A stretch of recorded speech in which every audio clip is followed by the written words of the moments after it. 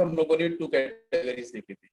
First आपका था acyclic ether, ठीक है ना, एसाइक्लिक ईथर, और सेकंड आपका था साइक्लिक ईथर, ठीक है, साइक्लिक ईथर। और एसाइक्लिक ईथर में हमने देखा था कि भाई एसाइक्लिक ईथर 2 टाइप से रिएक्शन परफॉर्म करता है। तो यहाँ पे हमने लिखा था कि एसिड के साथ कर सकता है, बेस के साथ कर सकता है। फिर मैंने आपको बताया था कि यहाँ से बेस के साथ जो रिएक्शन है वो नहीं करता है, ठीक है ना। क्यों नहीं करता है, तो उसका रीजन मैंने कल आपको एक्सप्लेन किया था कि सपोज ROR हमारे पास एक ईथर है, ठीक है। इस ROR के अंदर हम ऐसा मान लेते हैं कोई एक हमारा एल्काइल पार्ट डिफरेंट है, हम ले लेते हैं अनसिमेट्रिकल ईथर ले लेते हैं। तो मैंने इसको R डैश कर दिया, है ना। यहाँ पे R और R डैश इक्वल नहीं है, ये कुछ भी आपके एल्काइल सेक्शन हो सकता है। जब इसके सामने हमने यहाँ पे बेस यूज किया, तो ना जो कल का थोड़ा सा रिवीजन अपन ले रहे हैं, फिर क्वेश्चंस करेंगे। तो इस केस में चांसेस तो फिर यही है कि यहाँ से आपको क्या रिलीज होगा, OH माइनस आयन, ठीक है। तो this OH minus ion is release from sodium hydroxide. तो इसका मतलब यहाँ पे आपको बेस की तरह वर्क करेगा, और हो सकता है आपको न्यूक्लियोफाइल की तरह भी वर्क करे, बिकॉज बोथ आर स्ट्रॉन्ग। तो strong nucleophile if strong base की तरह वर्क क्यों नहीं करेगा, बिकॉज बिल्कुल क्लियर सा कॉन्सेप्ट है।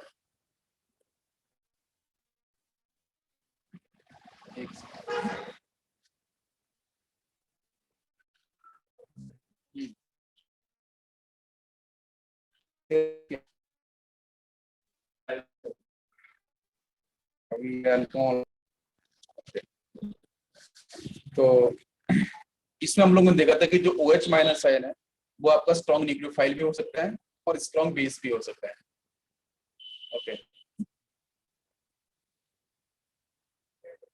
बट यहाँ पे स्ट्रॉन्ग न्यूक्लियोफाइल की तरह बिहेव क्यों नहीं करेगा, या फिर बेस की तरह बिहेव क्यों नहीं करेगा, वो मैं एक्सप्लेन करता हूँ। तो ये NaOH सोडियम हाइड्रोक्साइड अगर बेस की तरह बिहेव करेगा, तो इसका मतलब इस गिवन स्पीसीज के पास जो मेन रिएक्टेंट होगा उसके पास एसिडिक हाइड्रोजन होना चाहिए। तो ईथर तो आपको पता है इसके पास कोई भी एसिडिक हाइड्रोजन नहीं होता है, ठीक है। तो इस केस में ये जो आपका NaOH है, इसका OH माइनस आयन, ये कभी भी आपका बेस की तरह बिहेव नहीं करेगा यहाँ पे। तो सिर्फ कैसे बिहेव करेगा, स्ट्रॉन्ग न्यूक्लियोफाइल। अगर स्ट्रॉन्ग न्यूक्लियोफाइल पे वर्क कर रहा है, तो इस केस में क्या होगा, ये जो ऑक्सीजन है सेंटर पे, ये ऑक्सीजन इलेक्ट्रॉन्स को विड्रॉ करेगा, या तो इस सिग्मा की तरफ से या फिर इस सिग्मा से। तो कोई भी एक जो कार्बन होगा एल्काइल सेक्शन, वो इलेक्ट्रॉन्स को बड़ी आसानी से करेगा डोनेट।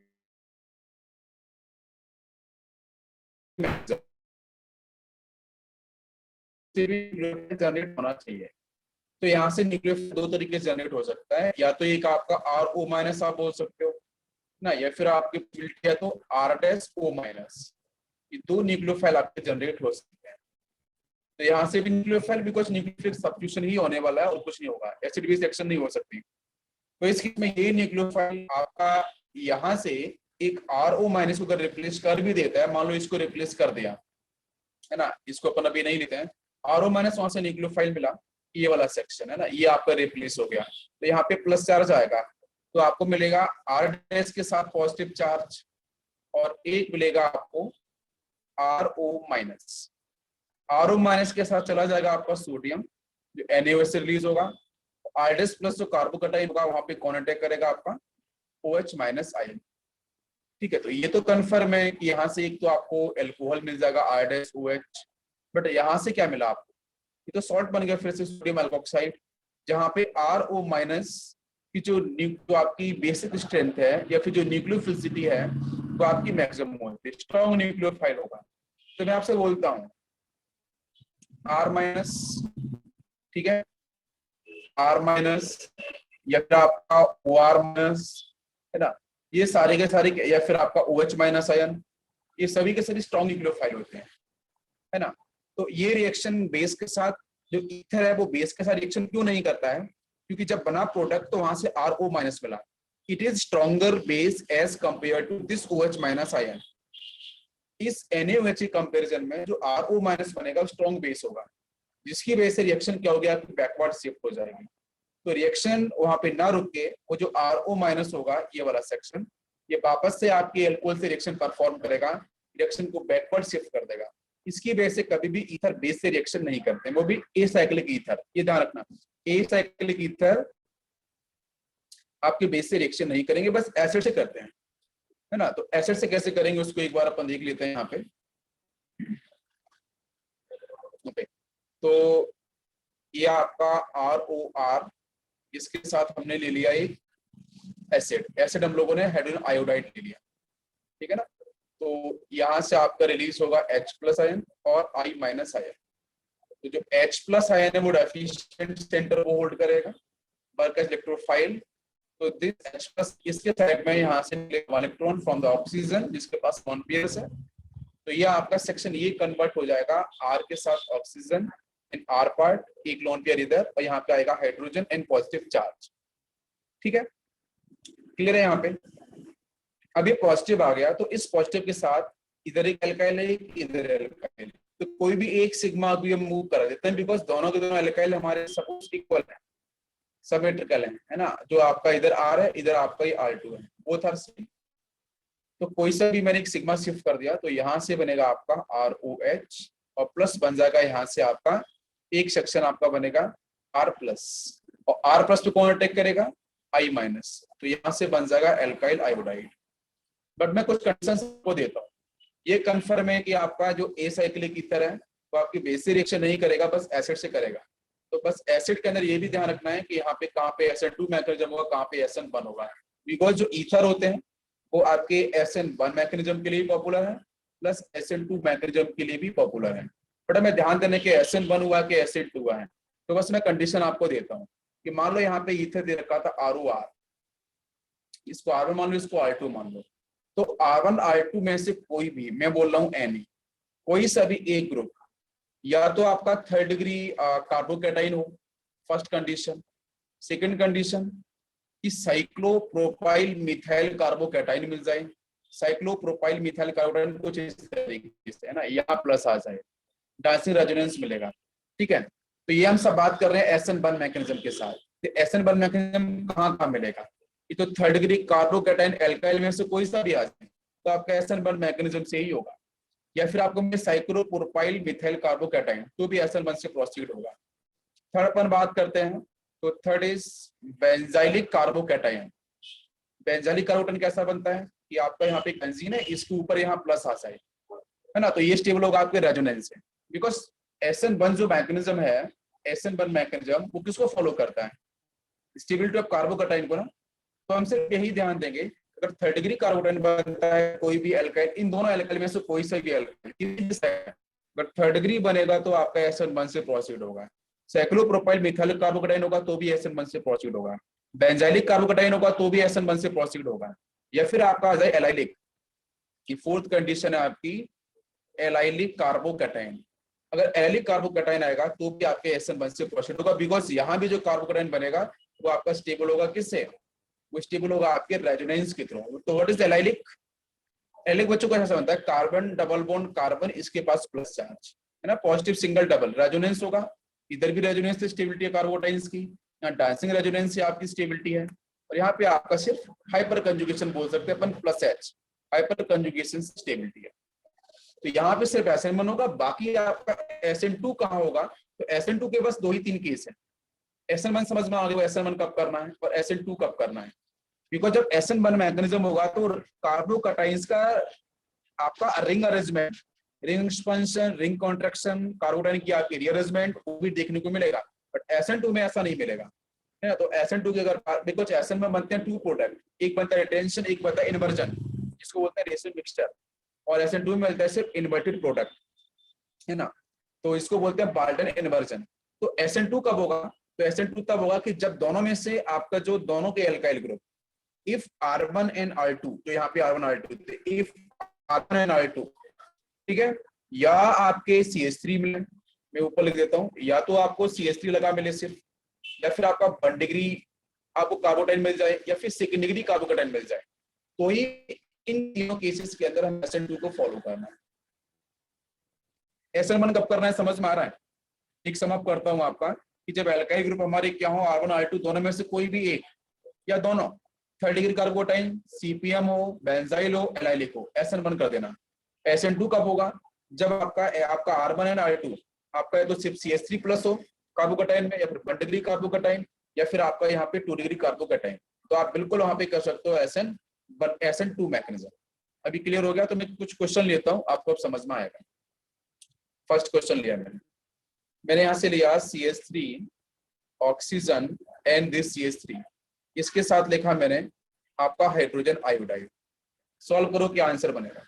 First question.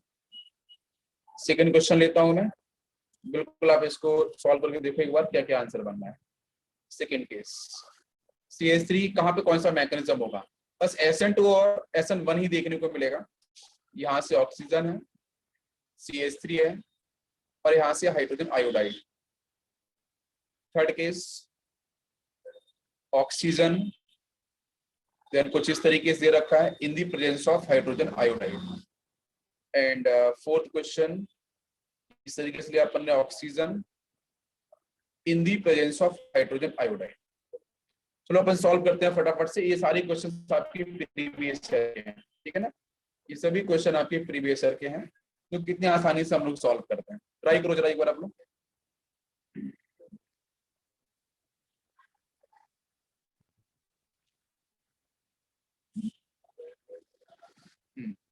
तो फर्स्ट केस में क्या बनेगा आंसर? यहाँ से आपका पॉजिटिव, यहाँ से लोन पेयर है ना? तो लोन पेयर किसको एक्सेप्ट करेगा? यहाँ से H प्लस आइन को, तो वो H प्लस आइन यहाँ पे अटैक कर देगा, तो इस पे आ जाएगा पॉजिटिव चार्ज। अब पॉजिटिव आने के बाद दोनों मिथाइल सेम है, और आपको पता चल रहा है कि ये CH3 प्लस मिलेगा, अभी मैंने आपको जस्ट बताया था। तो यहाँ से CH3 प्लस मिलेगा। अगर यहाँ से CH3 प्लस मिलेगा तो आप आंसर कर सकते हो, इन दोनों में से किसी एक को CH3 प्लस बना लो, बिकॉज इलेक्ट्रॉन सपोज इसने इसको दे दिया, because both are similar alkyl group. तो SN2 मैकेनिज्म होने वाला है। ये बात समझ में आपको आ रही है? SN1 नहीं होने वाला है, SN2 होने वाला है।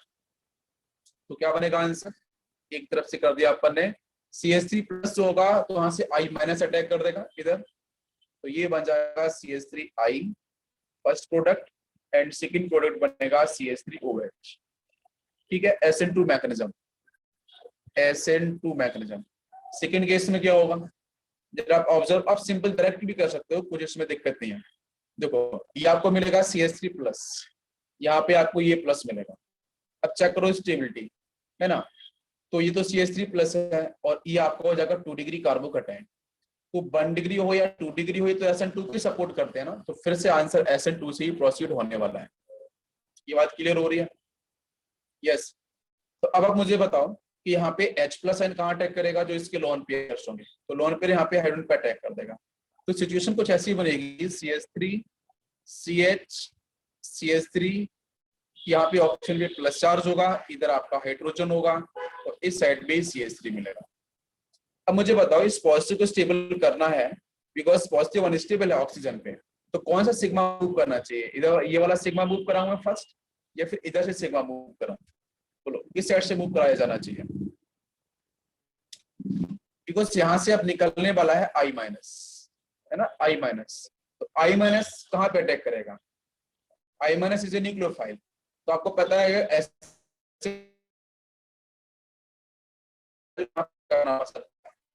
लेस स्टैंडर्ड सेंटर पे। Yes it is clear. तो लेस स्टैंडर्ड सेंटर कौन है? CH3। तो CH3 बैठेगा, इस की मूवमेंट होगा, सेकंड आंसर बनेगा। तो एक आंसर बन जाएगा आपका CH3I, और सेकंड आंसर बनेगा कार्बन कार्बन कार्बन हाइड्रोजन, और यहाँ पे OH। तो ये बनेगा आपका प्रोडक्ट। तो ये तो आप कर सकते हो थर्ड एंड फोर्थ। थर्ड में क्या होगा? तो अगर यहाँ पे एक बार प्लस आएगा, एक बार प्लस यहाँ पे आप करके देखो, बस समझ में आएगा। इसकी 1 डिग्री कार्बोकटाइन होगा, ये कैसा होगा? आपका 2 डिग्री कार्बोकटाइन होगा, है ना? तो 1 डिग्री है, 2 डिग्री है, तो डेफिनेटली SN2 से प्रोसीड होगा। SN2 में जो I माइनस होगा, देखो H प्लस आइन तो यहाँ अटैक कर देगा, बट I माइनस अटैक कहाँ करेगा? जब SN2 मैकेनिज्म होगा तो न्यूक्लियोफाइल वहां अटैक करेगा जहाँ पे एंट्रेंस कम होता है ना। बात समझ में आ रही है? तो डेफिनेटली I माइनस कहाँ अटैक करेगा? इस कार्बन के साथ, यहाँ अटैक नहीं करेगा। बात क्लियर हो रही है? तो यहाँ से आपका आंसर बनाते हैं लोग। तो देखो इस केस में आपका आंसर बनेगा इधर से CH3I एक तो ये बन गया प्रोडक्ट, ना इस रिएक्शन की बात कर रहे हैं, और सेकंड आपका बनेगा कुछ इस तरीके से यहाँ पे OH। क्लियर हो गया। लास्ट रिएक्शन जरा ऑब्जर्व करो, लास्ट रिएक्शन में क्या होगा, एक बार प्लस यहाँ पे आएगा, एक बार प्लस यहाँ पे आएगा। अब डिसाइड करो, इस कार्बोनाइल की डिग्री 1 डिग्री होगी, इस कार्बोनाइल की डिग्री आपकी कितनी होगी, 3rd डिग्री होगी। तो जैसे 3rd डिग्री आ गया तो दोनों में से कोई अगर 3rd डिग्री आ जाए तो हमारा आंसर SN बने SN2 किससे, आंसर आपका SN1 से प्रोसीड होगा। और जब SN1 से रिएक्शन हमारी पहले पहचानना सीखो, SN1 है SN2, तो I माइनस जो होगा H प्लस है तो यहाँ अटैक कर देगा इनके लोन पेयर के साथ, बट I माइनस कहाँ अटैक करेगा, कहाँ अटैक करेगा, 3rd डिग्री कार्बन, बिकॉज हमारा आंसर होने वाला है SN1 से प्रोसीड। बिल्कुल आसान है, कोई कंफ्यूजन नहीं है, ठीक है, आप बिल्कुल डायरेक्ट इसे सॉल्व कर सकते हो। तो फिर क्या आंसर बनेगा, मैं बनाता हूँ प्रोडक्ट इधर, तो I माइनस जब यहाँ अटैक करेगा तो यहाँ लगा दो आयोडीन, एक ये बनेगा एल्काइल आयोडाइड, और एक आंसर बनेगा आपका C2H5 के साथ OH, ठीक है, एथनॉल बनेगा।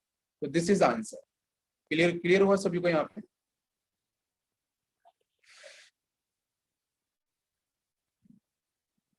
नेक्स्ट क्वेश्चन लेते हैं हम लोग प्रीवियस ईयर के अंदर। एक क्वेश्चन लिया हम लोगों ने कुछ इस तरीके से, this is benzene and CH2, oxygen, इधर हाइड्रोजन है, यहाँ पे है आपका CH2 के साथ CH3 in the presence of hydrogen iodide. चलो सॉल्व करो इसको, क्या आंसर बनना चाहिए। नेक्स्ट सेक्शन लेते हैं हम लोग, सारे केस लेते हैं जो भी केस आपके लिए इंपॉर्टेंट थे, ठीक है। यहाँ से आपका ऑक्सीजन और CH3, और जितना मैंने बताया उसके बाहर कुछ भी आपको नहीं मिलेगा, ठीक है ना, हाइड्रोजन आयोडाइड। यहाँ से क्या आपको आंसर मिलना मिलेगा, एक केस अपन और ले लेते हैं, जैसे बच्चों इस तरीके से लिया है, यहाँ पे हाइड्रोजन है, ऊपर CH3 है, और इधर भी अपन ने CH3 लिया, बीच में ऑक्सीजन, और इस साइड भी आपका यहाँ पे हाइड्रोजन, इस तरीके से, इधर CH3 है, यहाँ पे CH3 है, ठीक है, in the presence of hydrogen iodide. तो यहाँ से हम फॉलो करेंगे हाइड्रोजन आयोडाइड, और फिर निकालेंगे इसका हम लोग आंसर। CH3 लगा लो, इधर भी CH3, और आपका हाइड्रोजन आयोडाइड। सॉल्व करो जरा एक बार, क्या आंसर बनना चाहिए। एक क्वेश्चन और लेते हैं, ऑक्सीजन लाइक दिस, ठीक है, in the presence of NaOH, sodium hydroxide, ये मैंने दे दिया, ठीक है। अब ध्यान दो, फर्स्ट में कौन सा स्टेप होगा जल्दी से बताओ, आप प्लस बना के देखो, प्लस यहाँ पे, प्लस यहाँ पे, तो ये कौन सा मिलेगा, this is benzylic carbocation, resonance stable होगा।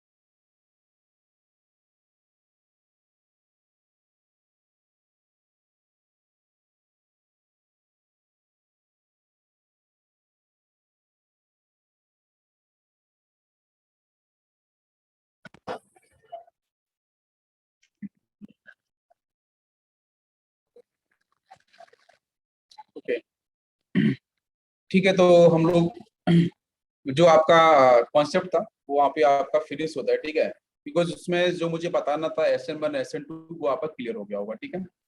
बाकी जो आपके साइक्लिक ईथर रहते हैं, तो साइक्लिक ईथर में आपको मैं सिर्फ एक हिंट देता हूँ कि अगर आपके 3 और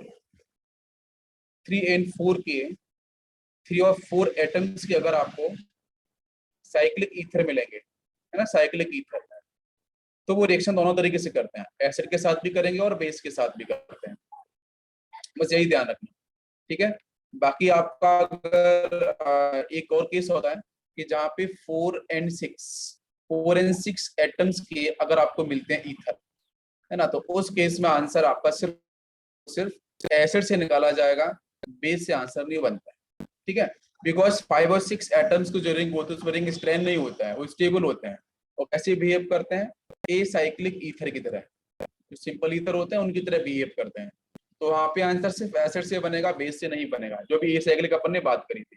बट अगर 3 और 4 एटम्स की रिंग की बात करें, यहाँ पे रिंग स्ट्रेन का मतलब रिपल्शन, है ना, बॉन्ड पेयर बॉन्ड इलेक्ट्रॉन्स की रिपल्शन होगा, जिसकी वजह से आपका यहाँ पे बियर स्टर्न थ्योरी आपकी डिफाइन की जाती है। तो आपका यहाँ पे क्या होगा, स्ट्रेन होगा। जब स्ट्रेन आपका डेवलप हो जाएगा तो स्ट्रेन की वजह से फिर क्या होगा, यहाँ पे वो जो आपका ईथर होगा वो एसिड की तरह भी बिहेव करेगा एज वेल एज बेस की तरह भी आपका बिहेव करेगा।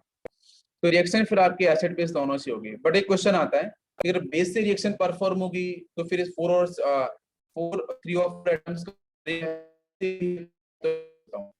सभी बेस के साथ करानी है, NaOH कभी भी दे रखा हो, 3 एटम्स का ईथर बना सकते हैं, ऑक्सीजन या ग्रुप लगा दो आप, 3 एटम्स का ईथर, पूरा का ईथर इस तरह आ जाएगा, एटम्स के ईथर आ जाए, आप मैकेनिज्म सिर्फ SN2 से प्रोसीड करना। कैसे करना है, SN2 से प्रोसीड करना है।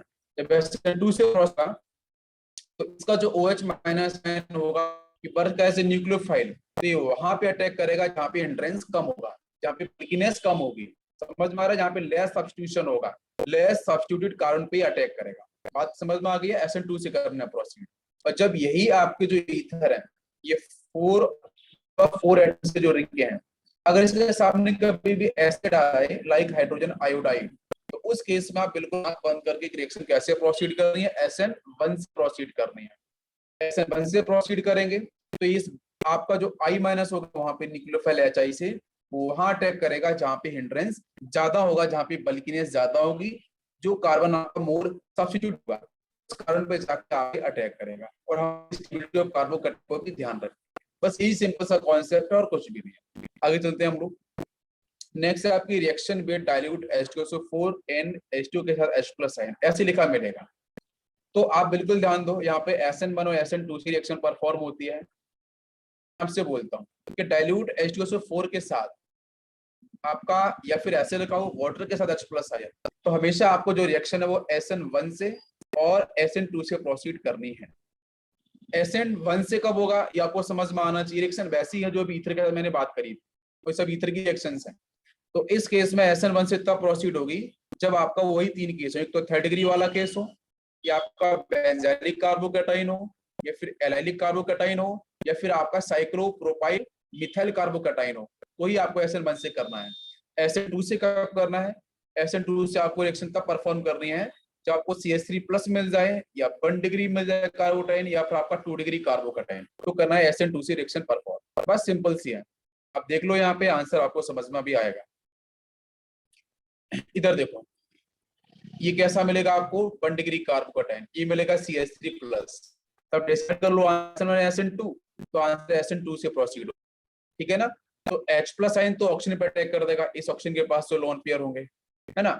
तो बाकी जो बचा आपका सेक्शन होगा वो कहाँ अटैक करेगा। अब दूसरी बात समझना, यहाँ से H+ आयन ने तो अटैक कर दिया H2SO4 से, बट साथ में मिलेगा HSO4-1 आयन, और इसके साथ में लिखा है आपका वाटर मॉलिक्यूल्स। तो वाटर मॉलिक्यूल क्या करेगा, वाटर मॉलिक्यूल, अब इन दोनों में से वाटर मॉलिक्यूल बड़ा चालाक होता है, वो इस आयन को डिसॉल्व कर देगा। ये आपको पढ़ाया था इलेक्ट्रोफिलिक एडिशन रिएक्शन में, याद है आपको। तो उस केस में इस बाइसल्फेट आयन को यहाँ से आपका प्लस माइनस करके ये वाटर मॉलिक्यूल्स इस एनाइन की आयनिक मोबिलिटी को डिक्रीज कर देगा, तो इसकी न्यूक्लियोफिलिसिटी भी कम हो जाएगी। तो उस केस में सिर्फ वाटर मॉलिक्यूल ही रहेगा, तो आंसर देखो आप बनेंगे। समझ में आ रहा है? बना देना आप एल्कोहल बनेगा। नेक्स्ट है आपका रिएक्शन विद एसाइल क्लोराइड। अगर क्लोराइड किया तो क्या रिएक्शन है? देखो यहाँ पे हम लोगों ने ले लिया है, ठीक है। इसके सामने देखो आपका ये रहा एसाइल क्लोराइड, है ना, एसिड का क्लोराइड है, CH3 C double bond Cl following the AlCl3। जरा आप याद करो, AlCl3 दे रखा है बर्क एज लिविस एसिड, समझ में आ रहा है? तो AlCl3 Cl को खींच लेगा, ये बना देगा आपका आयन। तो यहाँ से आपको सिर्फ क्या मिलेगा, ये मिल जाएगा आपको CH3 C double bond positive charge. अब समझ में आ रहा है? CH3 C double bond positive charge, ये स्पीसीज आपको नहीं कार्बोकैटायन। बट सामने भी तो समझो, क्या सामने कहीं आपका इलेक्ट्रोफिलिक एडिशन हो रहा है क्या? क्या ईथर कभी इलेक्ट्रोफिलिक एडिशन करता है? क्या कभी ईथर इलेक्ट्रोफिलिक एडिशन करेगा? नहीं करेगा, बिकॉज ईथर में सेक्शन कैसा है कि जो ऑक्सीजन है ना वो इलेक्ट्रॉन खींचता है, जिसकी वजह से एक पॉजिटिव चार्ज होगा, यहाँ पे नेगेटिव चार्ज, बिकॉज ये न्यूक्लियोफिलिक सब्स्टिट्यूशन ही करेगा, न्यूक्लियोफिलिक सब्स्टिट्यूशन ही जनरेट करेगा। तो बस ध्यान ये देना कि सर यहाँ से जो AlCl4- बना था, यहाँ से बनेगा Cl- आयन, और Cl- ion will work as a nucleophile. तो यहाँ से ये Cl- वर्क एज न्यूक्लियोफाइल। अब समझ में आ रहा है? तो ये Cl- और इधर से ईथर के पास भी एक न्यूक्लियोफाइल होगा, तो ये Cl- रिएक्शन कैसे करेगा आप चेक करो। SN1 से ये देखो CH3+ मिलेगा, ये C2H5+ मिलेगा 1 डिग्री, तो SN2 से ही तो होने वाली है, 3 डिग्री तो है नहीं, तो SN2 से हो जाए, SN1 से हो जाए तो SN2 से होगी। तो फिर वो Cl- कहाँ अटैक करेगा? लेस हिंडर्ड सेंटर पे। तो लेस हिंडर्ड सेंटर कौन है? ये CH3+। तो CH3 आपका यहाँ अटैक करेगा, तो देखो ये बनेगा मेजर प्रोडक्ट और ये बनेगा आपका माइनर प्रोडक्ट। अब ये बात समझ में आ रही है? क्लियर हो रहा है सभी को? तो CH3 CH2 ऑक्सीजन के साथ C डबल बॉन्ड CH3, बिल्कुल सही निरा, परफेक्ट। तो ऐसे क्वेश्चंस आपको मिलेंगे नीट के अंदर, है ना, बिल्कुल ध्यान दो। नेक्स्ट क्वेश्चन है रिएक्शन विद एसिटिक एनहाइड्राइड। ये भी बड़ा आसान सा है, आपको जरा याद होगा तो मैंने एसिटिक एनहाइड्राइड कैसे बनाया था, कि कुछ यही था ना, CH3 C double bond oxygen C double bond NCH3। इसमें से क्या होगा जरा याद करो, ये सिमेट्रिकल एनहाइड्राइड है। जब सिमेट्रिकल एनहाइड्राइड होगा तो ये ऑक्सीजन खींचेगा या तो इधर से या फिर इधर से, बिकॉज दोनों साइड में सिमेट्री मिल रही है। आप प्लेनो सिमेट्री डाल के देखो, तो ये पूरा सेक्शन और ये पूरा सेक्शन बराबर है कि नहीं? तो आप किधर से भी ऑक्सीजन की तरफ इलेक्ट्रॉन्स को शिफ्ट करा दो, मैंने यहां से शिफ्ट करा दिया, तो ऊपर से क्या बनेगा? ऊपर से बन जाएगा CH3 C डबल बॉन्ड और यहाँ पॉजिटिव चार्ज, और एक सेक्शन क्या मिलेगा? एक मिल जाएगा आपको CH3 C डबल बॉन्ड, यहां से होगा आपका ऑक्सीजन,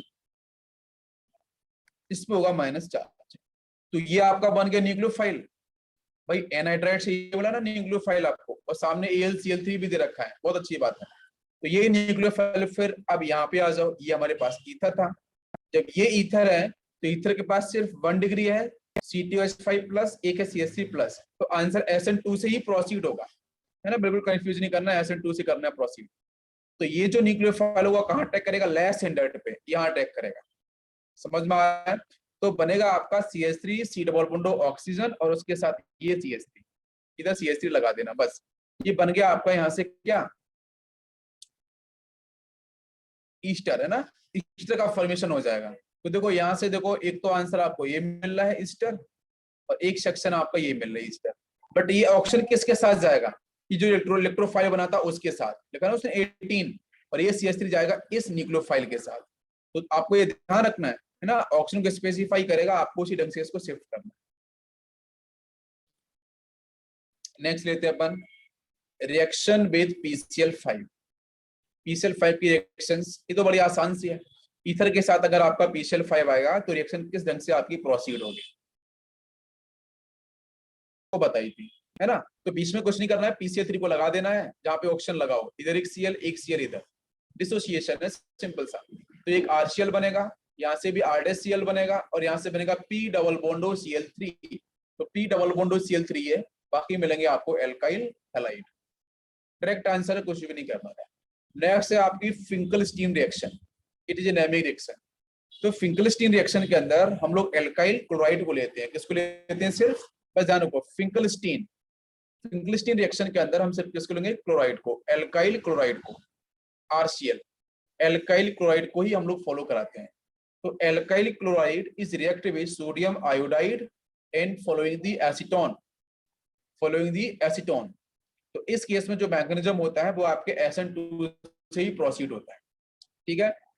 SN2 से प्रोसीड क्यों होता है, माना जी कि सर यहाँ पे एसीटोन दे रखा है, एसीटोन कैसा है, नॉन पोलर सॉल्वेंट, या मैं बोल सकता हूँ एप्रोटिक सॉल्वेंट है। तो उस केस में आंसर आपका SN2 से ही तो प्रोसीड होगा। अगर आपका सॉल्वेंट पोलर प्रोटिक सॉल्वेंट होता है लाइक वाटर, लाइक अल्कोहल, तो आंसर SN1 से प्रोसीड होता है। जरा याद करो, मैंने आपको समझाया था। तो इसलिए अगर एसीटोन अगर यहाँ पे सॉल्वेंट है जिसके मोल्स काफी, आंसर डिसाइड करेगा, इसलिए एसीटोन आपका SN2 को प्रेफर करेगा, इसलिए आंसर आपका बनेगा एल्काइल आयोडाइड। सिर्फ डिस्प्लेसमेंट रिएक्शन है, सब्स्टिट्यूशन है, ओनली हेलोजन एक्सचेंज मेथड है ये सिर्फ सिर्फ। तो ये बिल्कुल फिक्स रिएक्शन है। फिंकलस्टीन, फिंकलस्टीन में एक साउंड आती है, स्टीन, आई की साउंड आती है, तो आप सोडियम आयोडाइड ध्यान रख सकते हो। फिंकलस्टीन के अंदर आपका alkyl chloride, alkyl chloride is reactive with sodium iodide following the acetone, acetone आपका जो सॉल्वेंट है वो SN2 को डिफाइन करेगा। तो आपका आंसर बनेगा एल्काइल आयोडाइड और NaCl एज ए PPT। अब आते हैं Swarts reaction. Swarts reaction is the best method for the fluorination process. जब भी आपका प्रोसेस फ्लोरिनेशन होगा, फ्लोरिनेशन का मतलब क्या होता है, एडिशन ऑफ फ्लोरीन। तो फ्लोरिनेशन प्रोसेस के लिए सबसे अच्छा मेथड आपका यही है स्वार्ट्ज रिएक्शन, जो आपके 12th क्लास के पेपर में भी आती है ना। हम किसका यूज करते हैं, सिल्वर फ्लोराइड का, इन दी प्रेजेंस ऑफ DMSO। तो DMSO बेटा क्या है, डाई मिथाइल सल्फो ऑक्साइड, ऐसा बनता है ना, सल्फर डबल बॉन्डो एंड आपका CH3, di methyl sulpho oxide. ये तो ये कैसा है आपका एप्रोटिक सॉल्वेंट। अगर ये एप्रोटिक सॉल्वेंट है तो आप बोल सकते हो कि सर आंसर कौन सा होगा, SN2 से ही परफॉर्म होगा। SN2 से होगा तो फ्लोरीन सिर्फ इसको रिप्लेस कर देगा Cl को, तो RF बनेगा AgCl एज ए PPT। तो व्हाइट कलर की आपको PPT देखने को मिलेगी। तो ये भी आपके हेलोजन एक्सचेंज मेथड है। रिएक्शन क्लियर हुई। फिंकलस्टीन में किसको करते हैं, आयोडाइड से क्लोराइड को रिप्लेस करते हैं, और स्वार्ट्ज रिएक्शन में किसको करते हैं, क्लोराइड से क्लोराइड को रिप्लेस करते हैं। अब हम आते हैं नेक्स्ट, न्यूक्लियोफिलिक सब्स्टिट्यूशन रिएक्शन। आपकी वो सेक्शन खत्म हुआ, SN1 SN2 सारी केस आपको मैंने आपको पढ़ाई मैंने। अब बात करते हैं अपन SNAR के बारे में। तो SNAR कहता है कि it is a nucleophilic substitution in aromatic compound. AR का मतलब क्या है, AR का मतलब है एरोमेटिक। तो एरोमेटिक कंपाउंड में न्यूक्लियोफिलिक सब्स्टिट्यूशन कैसे होता है, तो देखो एक बड़ी मजेदार कहानी है कि जो आपके एरोमेटिक कंपाउंड होते हैं, एरोमेटिक कंपाउंड के ऊपर कोई भी ग्रुप लगा होगा, मान लो कोई ना कोई लीविंग ग्रुप लगा होगा, और this leaving group having the nucleophilic in nature, definitely. तो ये जो लीविंग ग्रुप होगा, इस लीविंग ग्रुप की अगर बात करी जाए, सामने मैंने एक न्यूक्लियोफाइल भी आपको दे दिया। तो ये न्यूक्लियोफाइल क्या इस लिविंग ग्रुप को डायरेक्टली रिप्लेस कर सकता है, इट इज पॉसिबल, बिल्कुल नहीं कर सकता है। क्यों, क्योंकि यहाँ पे डेवलप होगा पार्शियल डेवलपमेंट कैरेक्टर। कैसे होगा, ये जो लिविंग ग्रुप है उसके पास या तो आपका लोन पेयर है या फिर उसके पास नेगेटिव चार्ज है। जरा याद करो, बेंजीन रिंग से अटैच एटम के पास लोन पेयर है, नेगेटिव चार्ज है, तो वो लोन पेयर और नेगेटिव चार्ज बेंजीन रिंग के अंदर शिफ्ट होगा। तो बेंजीन रिंग विल एक्टिवेट, हमने पढ़ा था इलेक्ट्रोफिलिक सब्स्टिट्यूशन रिएक्शन, तो ऑर्थो और पैरा पे हमने इलेक्ट्रोफाइल्स का अटैक कराया था। लेकिन यहाँ पे क्या हो रहा है कि जब वो लोन पेयर अंदर आएगा तो यहाँ पे डेवलप होगा आपका partial double bond character, PDC, जिसकी वजह से ये बॉन्ड स्ट्रेंथ बढ़ जाएगी, वो सिंगल बॉन्ड कन्वर्ट हो जाएगा पार्शियल डबल बॉन्ड के अंदर, जिसकी वजह से ये न्यूक्लियोफाइल इस डबल बॉन्ड को ब्रेक नहीं कर सकता है। समझ में आ रहा है, जब इसको ब्रेक नहीं कर सकता है तो क्या यहाँ पे पॉजिटिव चार्ज डेवलप हो पाएगा, बताओ आप, बेंजीन रिंग के कार्बन के ऊपर क्या पॉजिटिव चार्ज डेवलप हो सकता है, नहीं डेवलप हो पाएगा। जब नहीं डेवलप हो पाएगा तो न्यूक्लियोफाइल उस लिविंग ग्रुप को सब्स्टिट्यूट भी नहीं कर सकता है। तो आपका न्यूक्लियोफिलिक सब्स्टिट्यूशन एरोमेटिक कंपाउंड के साथ आसानी से नहीं होता है, जिस तरीके से SN1 SN2 हुआ था, विदाउट एनी हीट डायरेक्ट आपका सॉल्व हो रहा था। तो इसलिए बोलते हैं कि reactivity of aryl halide is less than reactivity of alkyl halide, because alkyl halide के अंदर क्या था कि वहां पे बिल्कुल डबल बॉन्ड कैरेक्टर डेवलप होता नहीं है, जिसकी वजह से न्यूक्लियोफाइल एक स्ट्रॉन्गर न्यूक्लियोफाइल वीक न्यूक्लियोफाइल को फटाफट से सब्स्टिट्यूट कर देता है, बट इनके साथ ऐसा नहीं होगा। तो मैंने लिखा भी है, क्वेश्चन है, aryl halide and benyl halide do not give nucleophilic substitution reaction, while benzyl halide and allyl halide gives nucleophilic substitution reaction. Why? क्यों करते हैं ऐसा? क्योंकि बड़ा सिंपल सा है रीजन। आपको देखो, जब ये लोन पेयर अंदर आएगा तो यहाँ बनेगा PDC, this is partial double bond character, जिसकी वजह से यहाँ पे जो आपकी कार्बन और जो हेलोजन होगा, बेंजीन का कार्बन और बाहर का जो हेलोजन, उसकी बॉन्ड डेवलप हो जाएगा। इसकी बॉन्ड एनर्जी तो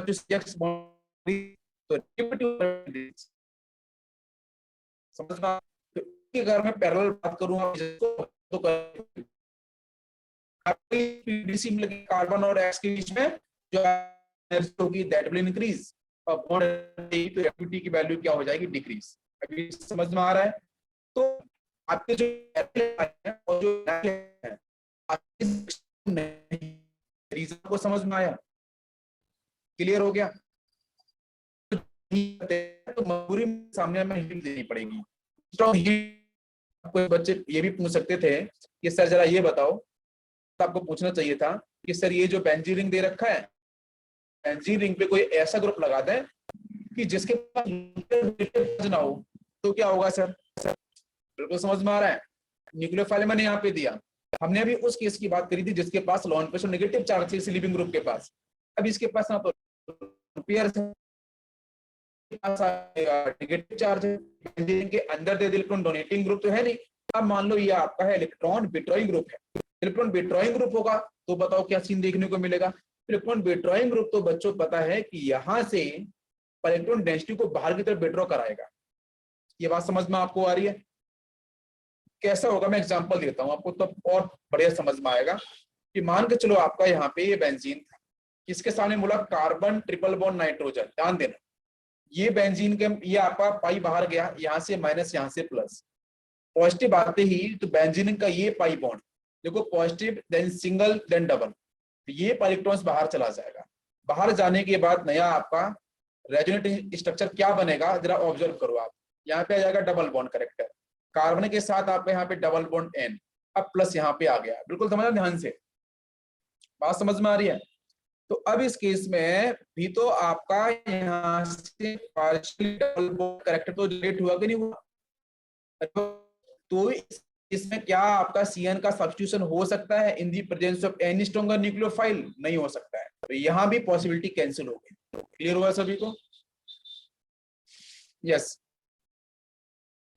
तो हम सेकेंड रीजन भी यहाँ पे देख सकते थे कि इस कार्बन का बच्चों हाइड्रेशन क्या होगा, sp2।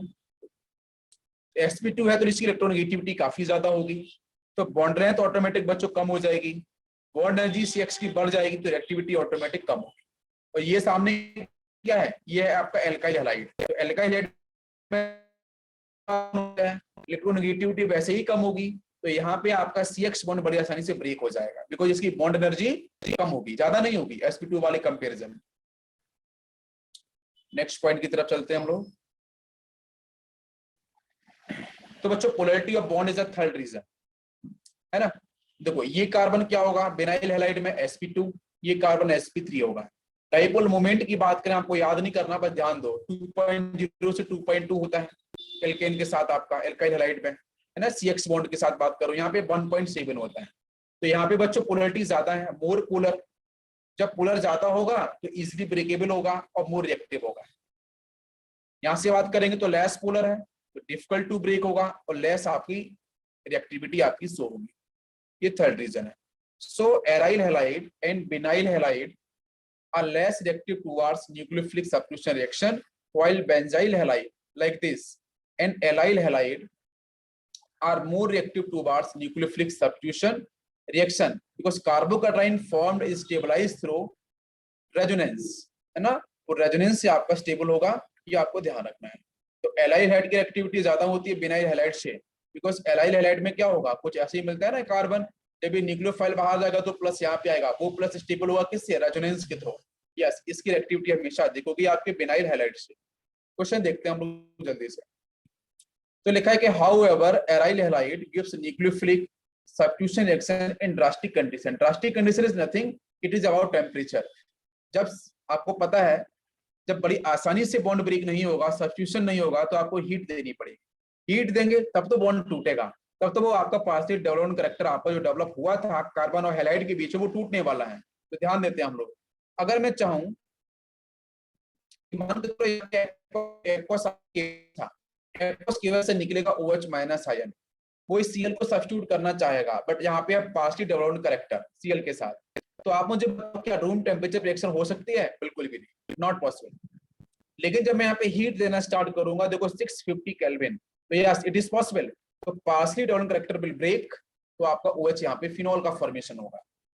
मैंने यहाँ पे टेम्परेचर थोड़ा और कम किया है। कम क्यों किया है, आप बात को समझो। मैंने कम इसलिए किया है कि अगर किसी भी एराइल हैलाइड के साथ, ध्यान देना, अगर किसी एराइल हैलाइड के साथ अगर आपके इलेक्ट्रॉन विड्रॉइंग ग्रुप अटैच है, क्या इलेक्ट्रॉन विड्रॉइंग ग्रुप, मैंने मान के चलो इलेक्ट्रॉन विड्रॉइंग ग्रुप सिर्फ यहाँ पे लगाया था, तो नाइट्रो तो बहुत ही perfect strong electron withdrawing group है, तो ये क्या करेगा, ये बेंजीन रिंग से इलेक्ट्रॉन डेंसिटी खींच लेगा, बेंजीन रिंग से इलेक्ट्रॉन डेंसिटी को विड्रॉ कर लेगा। तो विड्रॉ कर लेगा तो यहाँ पे जो पार्शियली डेवलप्ड करेक्टर बनना चाहिए था, अब वो उतना स्ट्रॉन्ग नहीं बनेगा जो पहले वाले केस में बन रहा था, सिर्फ इस ये वाले केस के अंदर। आप जरा ऑब्जर्व करो, तो जो CX बॉन्ड होगा इन दोनों केसेस के अंदर, इसमें स्ट्रॉन्ग बॉन्ड कहाँ मिलेगा, इसके साथ, यहाँ नहीं मिलेगा। तो जितने ज्यादा हम स्ट्रॉन्ग इलेक्ट्रॉन विड्रॉइंग ग्रुप डालेंगे, वहां पे इस बॉन्ड का तोड़ना बड़ा आसान हो जाएगा, क्योंकि यहाँ पे इतना स्ट्रॉन्ग बॉन्ड नहीं बनेगा जो इस केस में बन रहा था। बात समझ में आ रही है? इसलिए जब हम स्ट्रॉन्ग इलेक्ट्रॉन विड्रॉइंग ग्रुप डालेंगे, तो उस केस में टेम्परेचर कम दे देंगे तो भी अच्छी बात है। इसलिए यहाँ पे 650 से 450 डिग्री सेल्सियस टेम्परेचर किया है। 450 केल्विन है ना, सॉरी, तो 450 केल्विन टेम्परेचर आपका क्यों किया गया है, रीजन समझ में आ रहा है? बिकॉज नाइट्रो यहाँ से इलेक्ट्रॉन्स को खींच लेगा अंदर से, तो यहाँ पे जो आपका Cl के साथ जो कार्बन के बीच में आपका जो बॉन्ड बन रहा था, उस बॉन्ड में partially double bond character generate इतना नहीं होगा, इसलिए हम टेम्परेचर को कम कर सकते हैं, ये अच्छी बात है। इसलिए आपका आंसर ये हो जाएगा सब्स्टिट्यूशन। लास्ट वाले केस में तो और अच्छी बात है कि इस केस के साथ तो उसने टेम्परेचर और कम, तो यहाँ से देखो 650 से 450, 450 से 350 टेम्परेचर कम होता जा रहा है, तो क्योंकि यहाँ पे 2 नाइट्रो ग्रुप लगा दिए उसने, तो 2 नाइट्रो ग्रुप है तो 2 स्ट्रॉन्ग इलेक्ट्रॉन विड्रॉइंग ग्रुप लगा दिए, तो यहाँ पे आपका जो बनेगा ना partial bond character, partial double bond character, ये तो बहुत ही वीक बनेगा, जिसकी वजह से लो टेम्परेचर पे भी सब्स्टिट्यूशन हो जाएगा। तो मैं आपसे पूछता हूँ, जरा आप मुझे ये भी बता दो कि बेंजीन रिंग के साथ यहाँ पे क्लोरीन था, एक नाइट्रो ग्रुप इधर है, एक नाइट्रो ग्रुप यहाँ पे है, और एक नाइट्रो ग्रुप यहाँ पे है, इसके सामने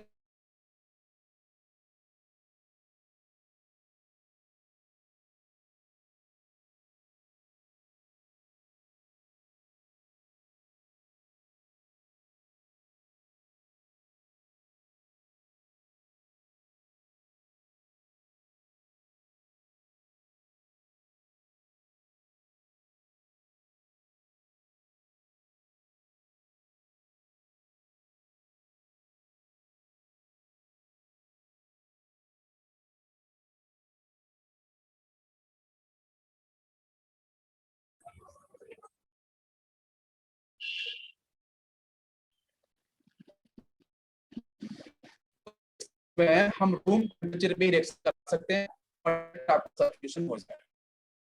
तो इसका मतलब क्या हुआ? इसका मतलब ये हुआ कि activity of aryl halide towards nucleophilic reaction directly proportional to deactivating group, deactivating group.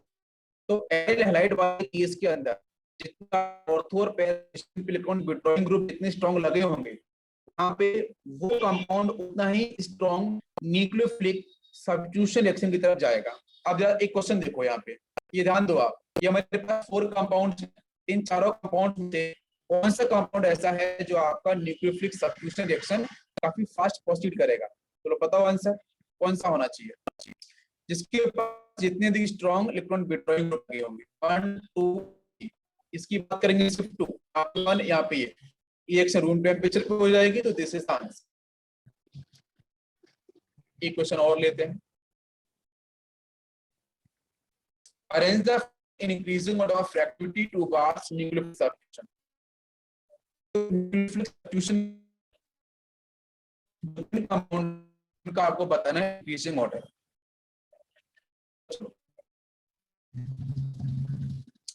तो मैंने आपको बोला था एराइल हैलाइड के कंपैरिजन में एल्काइल हैलाइड की रिएक्टिविटी ज्यादा होती है।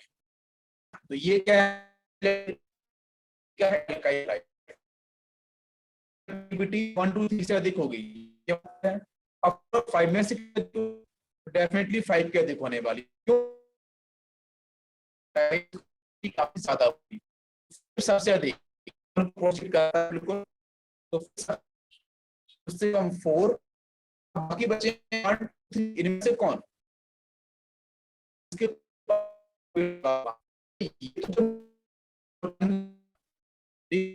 ऑटोमेटिक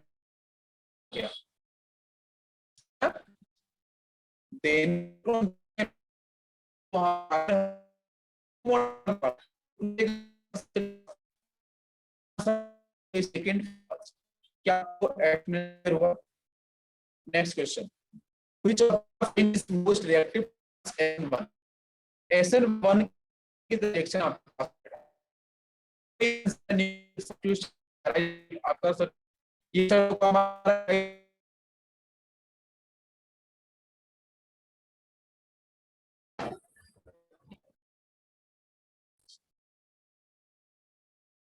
तो ये एराइल हैलाइड होगा, एराइल हैलाइड होगा, एराइल हैलाइड होगा, तो ये आपका एल्काइल हैलाइड। तो हमारा कौन सा ऑप्शन होगा? Definitely fourth option is correct. समझ में आया? नेक्स्ट क्वेश्चन, ये फर्स्ट कंपाउंड है ना, यहाँ पे आपकी पैरा पोजीशन पे लगा है नाइट्रो, बेंजीन बीच में है, यहाँ पे दिखेंगे तो हाँ यहाँ पे CH2Cl लगा हुआ है और यहाँ पे ये सेक्शन है। तो आपको बताना है सबसे अधिक रिएक्टिविटी कौन सा कंपाउंड शो करेगा। ये एराइल हैलाइड है, छोड़ दो इसको, ये भी एराइल हैलाइड है, कैंसिल कर दो इसे, ये एल्काइल हैलाइड है, रिएक्टिविटी ज्यादा होगी, बट हमें देखना है मोर स्टेबल कार्बोकैटायन। इसके पास देखेंगे तो यहाँ पे होगा फिनाइल, इसके ऊपर होगा आपका CH2Cl, जब Cl बाहर जाएगा तो यहाँ प्लस आएगा, वो प्लस स्टेबल होगा आप किससे? रेजोनेंस से। Yes, third is most. तो आंख बंद करके मत सोचना कि सर एल्काइल हैलाइड की एक्टिविटी ज्यादा होती है, you just have to check stability of carbocation. जहां पे स्टेबिलिटी ऑफ कार्बोकैटायंस आपका ज्यादा होगा वहां पे ही रिएक्टिविटी क्या होगी? आपकी ज्यादा होगी। अब बात क्लियर हुई? नेक्स्ट क्वेश्चन देखते हैं, ध्यान दो। एक क्वेश्चन यहाँ पे दे रखा है कि सर यहाँ पे क्लोरोबेंजीन है in the presence of NaCN, ये देखो DMF है ना, DMF का है, उन्होंने टेम्परेचर दे दिया है। तो आपका जो मैकेनिज्म होगा वो NaCN से CN को रिप्लेस करेगा, बिकॉज हीट साथ में दे रखी है, तो बन गया आपका बेंजीन के साथ CN। फिर आपका हाइड्रोलिसिस होगा, और कंप्लीट हाइड्रोलिसिस होगा तो निरंतर पता हो CN कन्वर्ट किस में हो जाएगा? एसिड के अंदर, तो बनेगा benzoic acid. Second reaction, ammonia का उसने Cu2O दिया है, तो कुछ भी नहीं करना आपको, हीट साथ में दे रखी है, तो ये न्यूक्लियोफाइल होगा, ये भी न्यूक्लियोफाइल होगा, ये न्यूक्लियोफाइल इसको सब्स्टिट्यूट कर देगा, तो आपका देखो यहाँ पे बन गया आपका एनिलीन। फिर आपका AlCl3 है, यहाँ पे आपको क्या दे रखा है? एनहाइड्राइड, वहां से एक को खींच लेगा, ग्रुप को खींच लेगा, because AlCl3 will work as Lewis state, वहां से मिलेगा आपको इलेक्ट्रोफाइल। याद कुंडन, electrophilic substitution reaction, electrophile generate हो चुका है। तो मुझे बताओ ये इलेक्ट्रोफाइल कहां अटैक करे? Acylium ion, this is called acylium ion, मैंने पढ़ाया था। ऑर्थो और पैरा पोजीशन पे अटैक करेगा, बिल्कुल सही। डेफिनेटली आपका ये ऑर्थो पे क्यों करेगा? बिकॉज कम होगा, इसलिए पैरा पे। फिर कह रहा है उसने दिया है आयरन का, फिर से आपको एक BRO खींच ले तो Br+ जनरेट करेगा, जब तो Br+ आल्सो। अब इलेक्ट्रोफाइल कहां अटैक करे? बिकॉज ये भी इलेक्ट्रॉन देने वाला था और इलेक्ट्रॉन खींचने वाला है, तो बोलो आंसर किससे बने? एक ग्रुप तो आपका डीएक्टिवेटिंग ग्रुप है नीचे वाला, ऊपर वाला ग्रुप आपका एक्टिवेटर है। तो मैंने बताया था एक्टिवेटर से आंसर निकालना, डेक्टिवेटर से आंसर नहीं निकालना है। तो जो आपका इलेक्ट्रोफाइल Br+ जनरेट होगा from the bromine, it will attack according to NH2, है ना, NH2 इज एक्टिवेटर। तो उसकी ऑर्थो पोजीशन ये हुई, और पैरा पोजीशन पहले से ग्रुप लगा हुआ, तो पैरा पोजीशन कुछ वाला नहीं है ब्रोमीन, तो सिर्फ ऑर्थो पोजीशन पर लगा दो एक तरफ,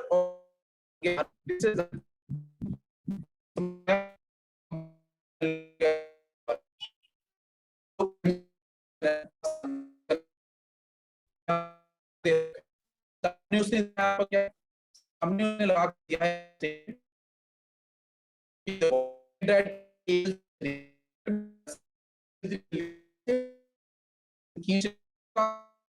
सी double window plus electrophile, electrophile कहाँ पे सब्स्टिट्यूशन कराए बोलो?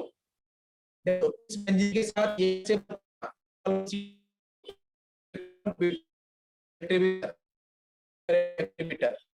फिर अंदर जाएगा, इट विल